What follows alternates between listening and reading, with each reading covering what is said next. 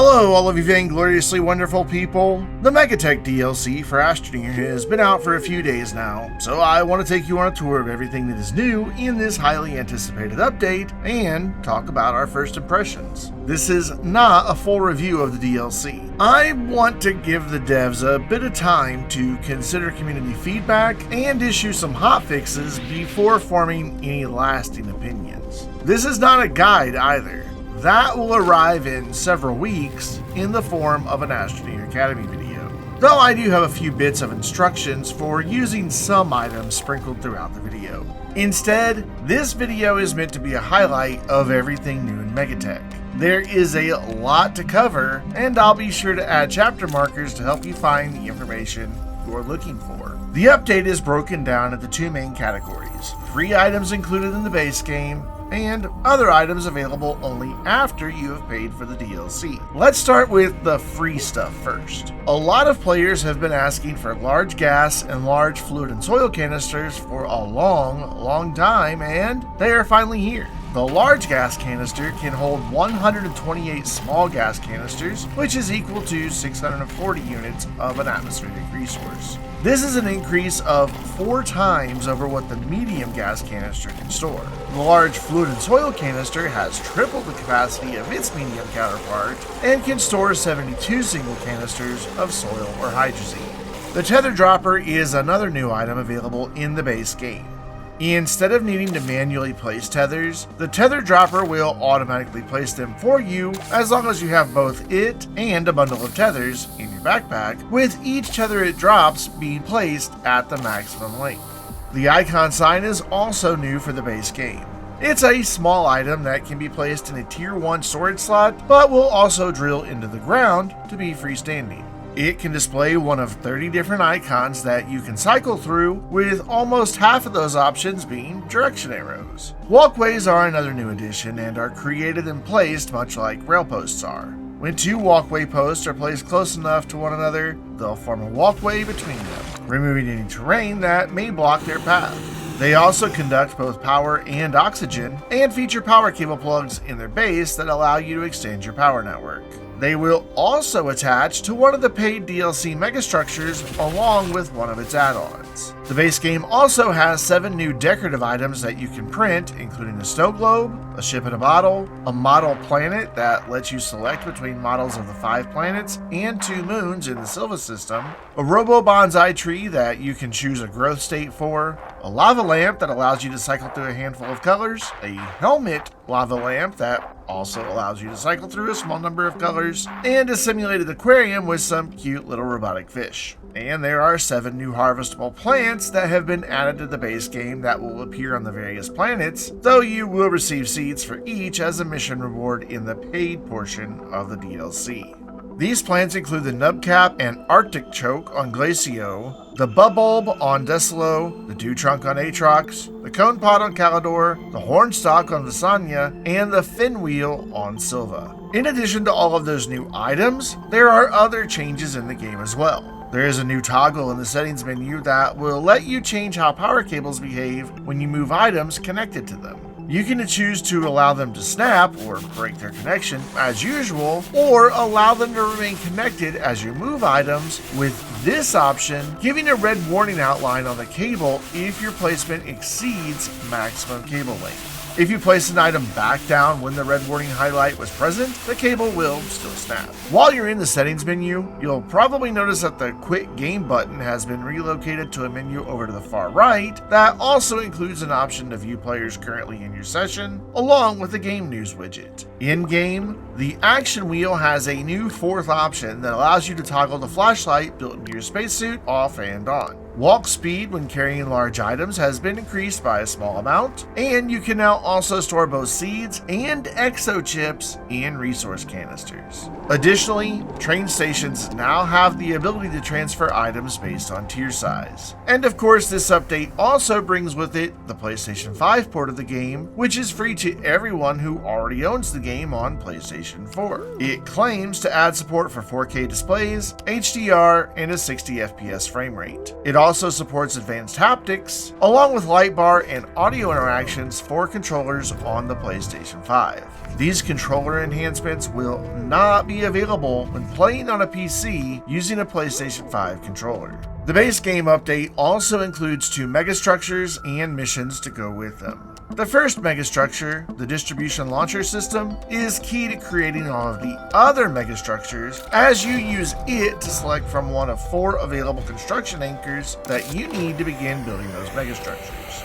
The construction anchor for the DLS is obtained from a landing pad via your mission log, but all of the others will be accessed through the DLS itself. Each construction anchor type occupies its own chute and features a large button to press to select it. To the right is an additional chute that is used to launch the various components of the Orbital Platform that is part of the paid DLC. If you have not bought the DLC, the only construction anchor that will be available for selection is that of the Intermodal Terminal. On the left side of the DLS is a megastructure component printer that can be used to print the construction anchor landing pad. And around back are 2 power cable plugs, as the DLS and its built-in printer require power to operate. The DLS tooltip claims the DLS can store power, though it deviates from how we usually see power storage displayed. Batteries display the total number of units they store, along with their rated power output. Yet the DLS claims to store 50 units per second. I'm not entirely certain it is actually storing any power, however. I disconnected it from my power network and plugged a work light into the DLS, and the work light remains off with no option to turn it on. There is also a data log on the back of the DLS that includes 4 entries detailing the Viri research files, which are a small bit of lore loosely related to the megastructures in the update. Completing the DLS missions will unlock the Pardon Our Dust Hat. A construction anchor is required to create any megastructure.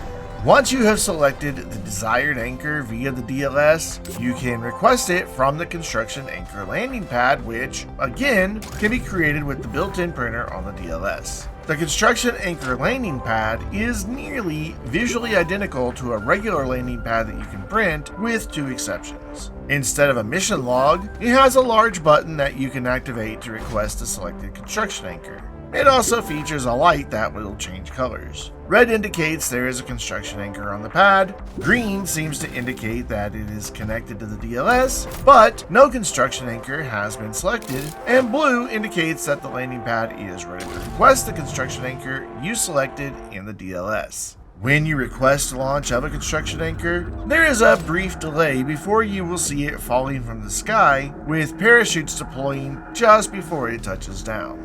Once you have the construction anchor, you can pick it up and move it to the location you wish to build a megastructure. Each construction anchor features 2 holograms. The first is a large circle surrounding the construction anchor itself and represents where the mega printer platform will appear. The second, much larger hologram represents the megastructure you will be building. If either of those holograms are red, then your current placement is blocked in some way. You can move the construction anchor and rotate it around as you see fit until both holograms are blue. When the holograms are blue and you're satisfied with the placement, you can interact with the construction anchor's control panel. This opens the control panel that features 2 buttons. Pressing the first one prepares the construction anchor for deployment, while pressing the second confirms that deployment. The construction anchor will drill itself into the ground and then transform into a mega printer platform. When that happens, the terrain surrounding both the printer platform and the area for the megastructure will be flattened, though that terrain will typically retain its original coloration instead of the black terrain we have seen with other buildings that flatten terrain when deployed. The Mega Printer platform features a ramp that you can walk up with a power cable plug to each side of the ramp. The Mega Printer platform requires power at a rate of 25 units per second to properly function. It also features 5 large Tier 3 storage slots, along with the control panel. The display on the control panel contains the name of the megastructure, along with the current stage you can create for that megastructure. It also provides details for what type and the quantity of resources that are required to create the megastructure. In the center is the drone printer. When you activate the printer, the drone will take off and hover over to the hologram of the megastructure, then begin circling around that hologram as it prints, moving higher and higher into the air to complete the megastructure. When the drone is finished, it returns to the center of the printer platform. Once you have completed this megastructure and all of its stages, the control panel will update to indicate that all projects on that particular platform are completed. You can utilize the Mega Printer platform for storage or to hold power producers if you wish, but you can also remove it if you want to free up some space. Removing it is accomplished by utilizing the Mega-Deconstructor, which is unlocked in the research catalog when you create the DLS and is printed on the small printer. This item functions much like a packager in that you attach it to either a Mega Printer platform or a megastructure anywhere other than a storage slot. When you activate the Mega-Deconstructor, the item it was attached to seemingly implodes and vanishes in what looks like a disturbance in space-time. Use these with caution, however, as you will not receive back any resources that went into constructing a megastructure. The free update also includes the Intermodal Terminal, which allows you to connect rails to its 3 built-in rail stations and features 3 landing pads for shuttles. Each rail station has its own control panel, as does each landing pad for the shuttles. There is also a target pin and reaction slot associated with each rail station and landing pad. It features 3 power cable plugs with 1 at each rail station.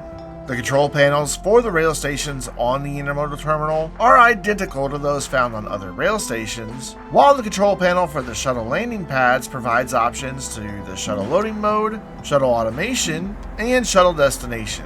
While this video is not meant to be a guide, I will urge you to pay attention to the letters on each landing pad, as that is key to the shuttle destination setting.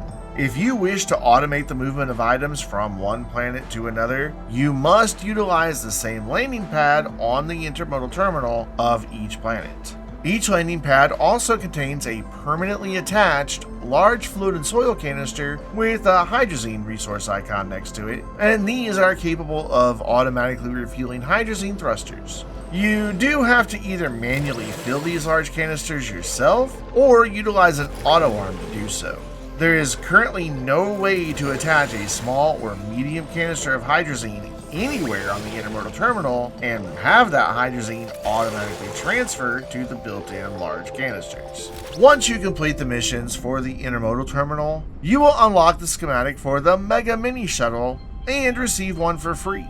This small shuttle has no storage space whatsoever, but it only uses half of the fuel per launch compared to the other 3 previously existing shuttles. There is a single Tier 1 slot on the outside of the shuttle to hold a small canister of hydrazine.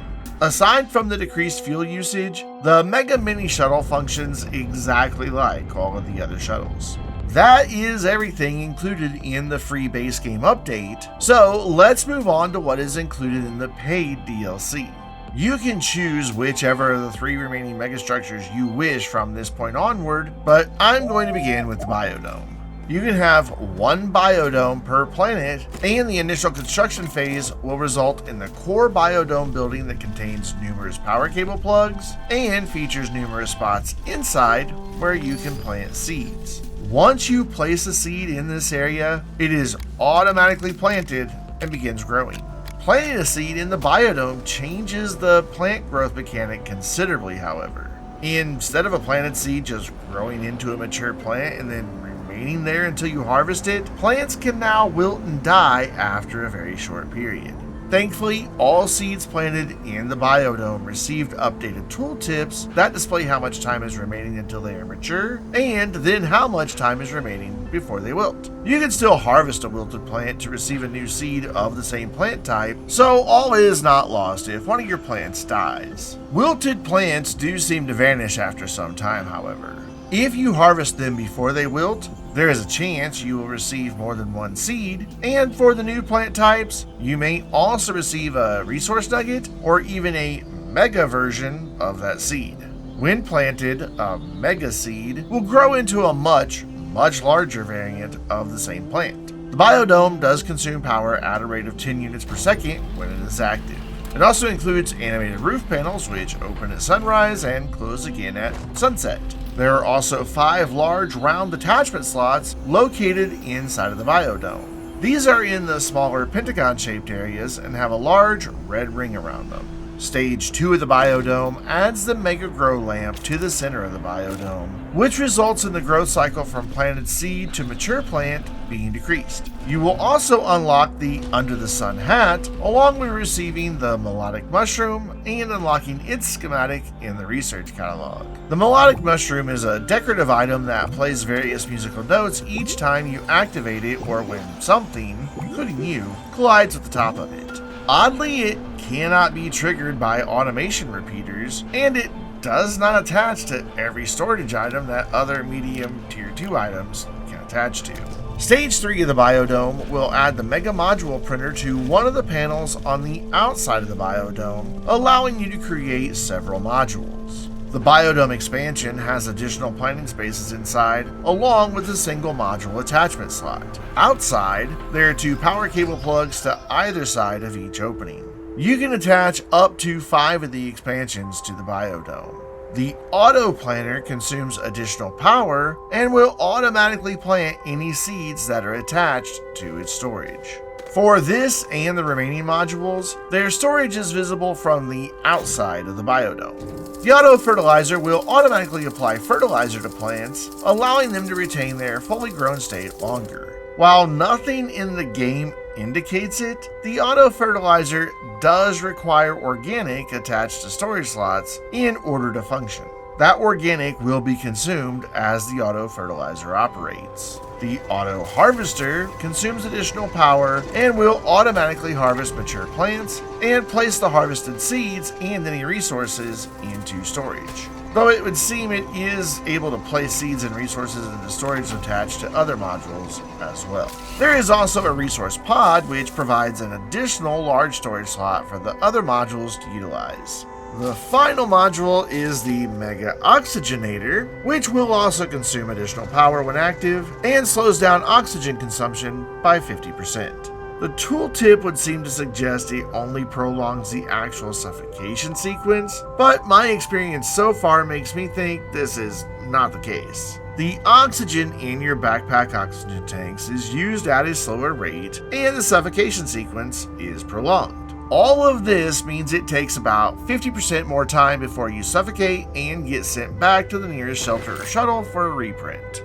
Given the incredibly high resource cost to obtain both a level 3 biodome and the Mega-Oxygenator itself, it would seem either a portable oxygenator coupled with an RTG or the utilization of Stilgar are far superior and much cheaper options for your oxygen needs. I truly hope System Era revisits the buff from the Mega-Oxygenator, allowing it to just remove the need for any oxygen producer entirely when you're on the same planet as the Mega-Oxygenator.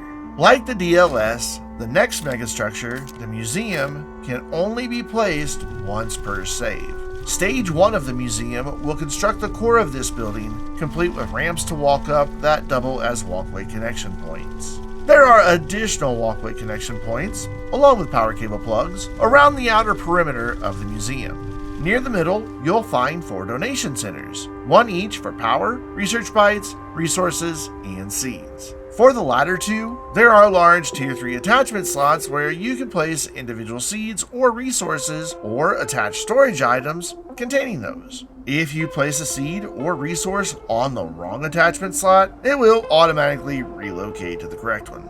The Research Byte donation station has a small control panel that allows you to cycle modes between bytes per second and bytes per minute, along with buttons to increase or decrease your donation.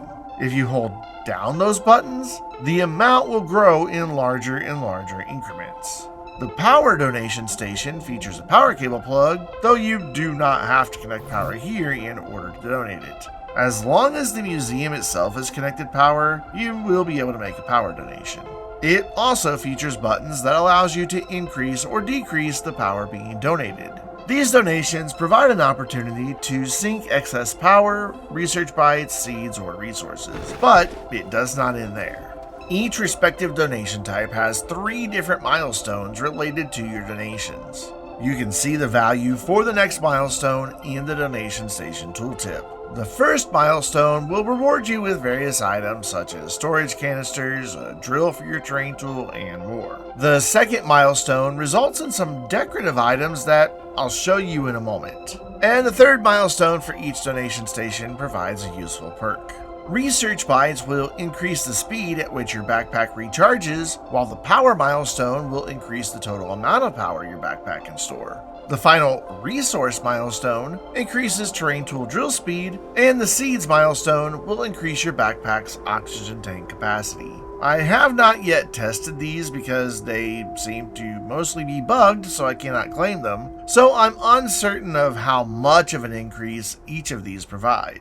As you make donations, a hologram for each donation type appears and grows as donations increase. Let's jump back to those second milestones for a moment. I skipped them earlier because some may consider this to be a spoiler, so this is your warning. If you don't like spoilers, skip ahead to the next chapter in this video. I'm going to do a quick poultry polka dance to give you time to skip ahead. For those of you still watching this portion of the video, here are the rewards you get for completing the second milestone for each donation station.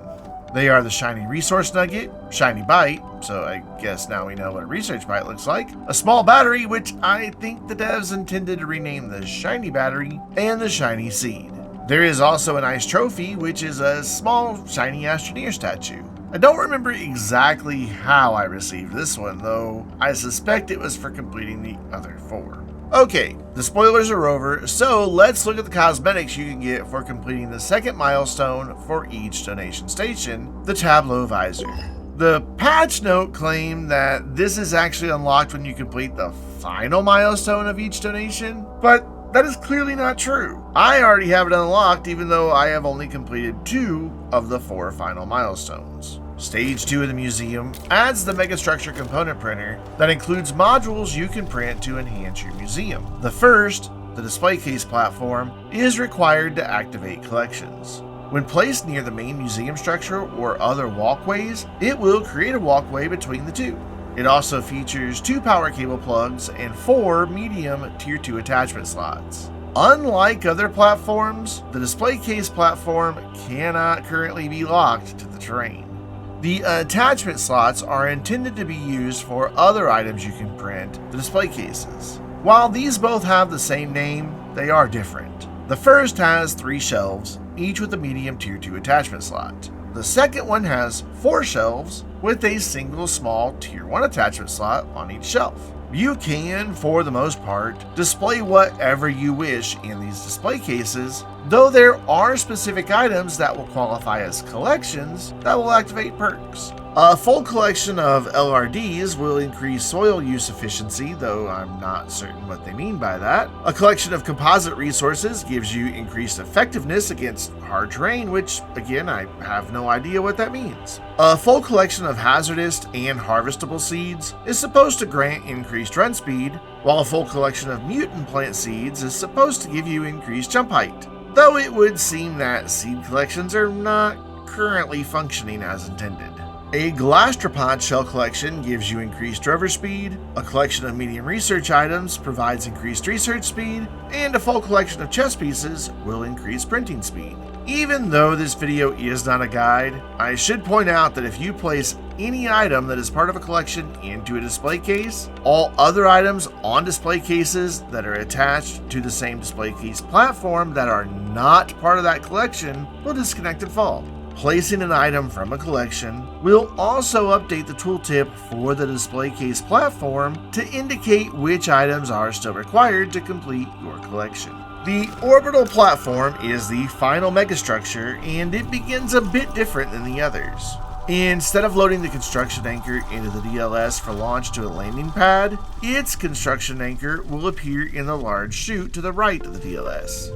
You can place that anchor wherever you wish to begin constructing the orbital platform, but there are a couple of things to note. First, even though the orbital platform itself is not being constructed upon the same planet as its Mega Printer platform, it will still flatten a large area of terrain to make way for the drone printer. Second, once you complete the first stage of the orbital platform, you receive a box that you must then load back into the same chute on the DLS as earlier, and then press its big button to launch the orbital platform. When you do, you are able to select which planet you wish the orbital platform to orbit. Don't worry, you can move it later if you change your mind. Launching the first stage of the orbital platform will unlock the Cosmopolitan palette. The orbital platform provides oxygen, but it does not provide power. There are, however, a multitude of power cable plugs, all in numerous places, so you can easily connect up power producers and consumers. If you elected to build the orbital platform after the DLS, you can build all of the other megastructures on the orbital platform if you wish. Just keep in mind that some are limited to only one per save, or one per planet, and in this case, the orbital platform counts as a planet. Gravity is also constant on the top side of the orbital platform, along with the Mega Mini Asteroid and any modules you attach to the outer edges. Should you happen to fall off the side or drop something over the edge, it will only fall a short distance before being teleported back onto the surface of the orbital platform. But speaking of the Mega Mini Asteroid a moment ago, there is a large control panel on the inner ring of one side of the orbital platform that allows you to select from 7 different designs for the asteroid. The asteroid itself is made up entirely of terrain, which means you can use your terrain tool or a drill on a rover or a crane to remove it, essentially providing infinite soil. There is no automated soil extraction available, however. In the archways between the thruster assembly and the asteroid are storage slots and a control panel. The orbital platform can be relocated once you have provided fuel, and that fuel is Astronium. You will need 200 Astronium to fully fuel the orbital platform, though it would seem you can relocate it once it's 50% refueled. When you select the option to relocate the orbital platform, you can pick a new planet and then watch a short animation of it moving to its new home planet. The orbital platform also features numerous large module attachment slots towards its outer edges that appear similar to those we saw in the Biodome. The other 2 stages of the orbital platform must be printed at its Mega Printer platform and, like the first stage, will result in a box that you have to launch via the DLS. Stage 2 of the orbital platform adds the megastructure component printer, which has 2 options available. You can print either additional construction anchor landing pads or a mega terrain platform. When placed on one of the large module attachment slots on the outer edge of the orbital platform, this module should create a large square of terrain that has additional module attachment slots. I'm not really certain if there's a limit on the total number of mega terrain platforms you can place, but their terrain does behave like all other terrain. You can add to it, deform it, or remove it, but neither this terrain nor that in the asteroid will provide any resources. You can also use this terrain surface to expand any base building that you've begun on the orbital platform. The 3rd stage of the orbital platform does not add any new item. Instead, it provides free flight when you're on the orbital platform itself. If you've ever been in creative mode in Astroneer, free flight on the orbital platform works exactly the same. The only difference is you have no control over your flight speed, so you will fly rather slowly. Additionally, if you have a hoverboard in your backpack, it is typically activated by the same input as free flight. So even though your hoverboard will deploy when you enter free flight, it will not provide the speed boost you can enjoy when used in conjunction with a jetpack.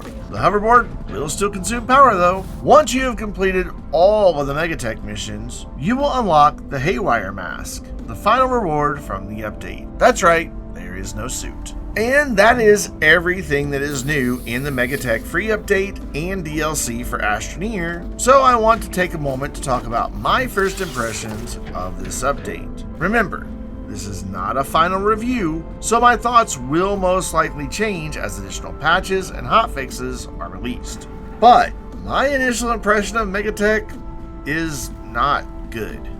This update brought with it numerous new bugs and glitches, along with decreased game performance. While 2 hotfixes have already been applied for the Steam version of the game at the time I'm recording this, they have not come even close to addressing all of the known and emerging issues that are not only documented in the patch notes for the update itself, but have also been reported by players who have encountered far more problems than Systemera acknowledged in those patch notes. Beyond that, the implementation of each megastructure is poor.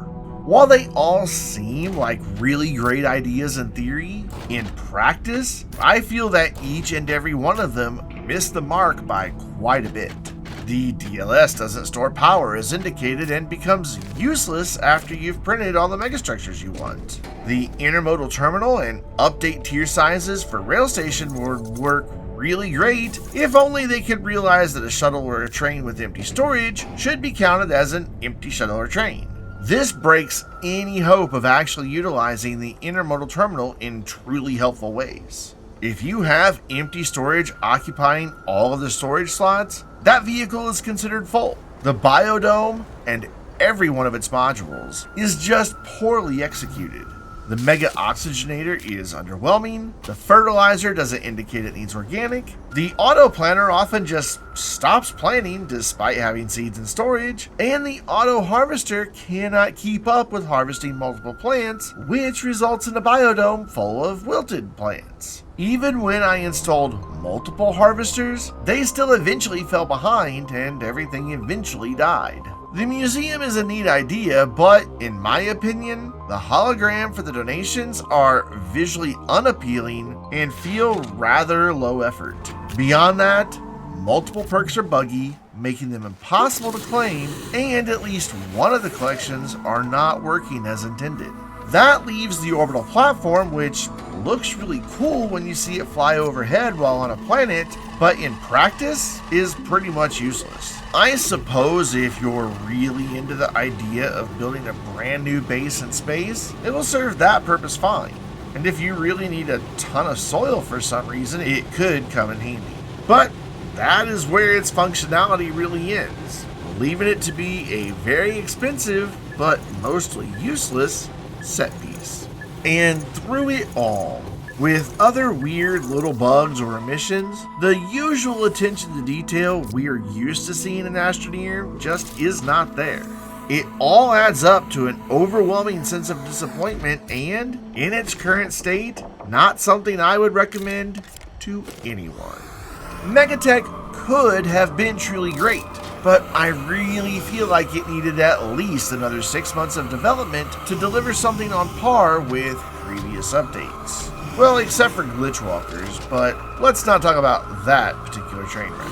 I know this video has been pretty long, but there was a lot to talk about. If you enjoyed it or found it helpful, please hit the like button. And for everyone, I am truly interested in learning what you think about the Megatech DLC for Astroneer. Head down to the comments to share your thoughts. Or if you're not sure how to put it into words, just leave an emoji that represents how you feel. And if you enjoy Astroneer content, please consider subscribing. I will have a full review of Megatech once we get a few more updates, and I am beginning to work on a video featuring the 5 best and 5 worst features of Megatech. My channel is also home to news about upcoming updates for Astroneer, along with news on Starseeker, plus I feature news on Astroneer limited time events as they become available. And my channel is home to Astroneer Academy, which is, without exception, the most comprehensive guide series for Astroneer that you will find anywhere. On top of that, my channel is home to videos from a variety of other games. I hope you'll consider subscribing so you don't miss any of it. And until next time, I'm Brandon, reminding you to stay vainglorious.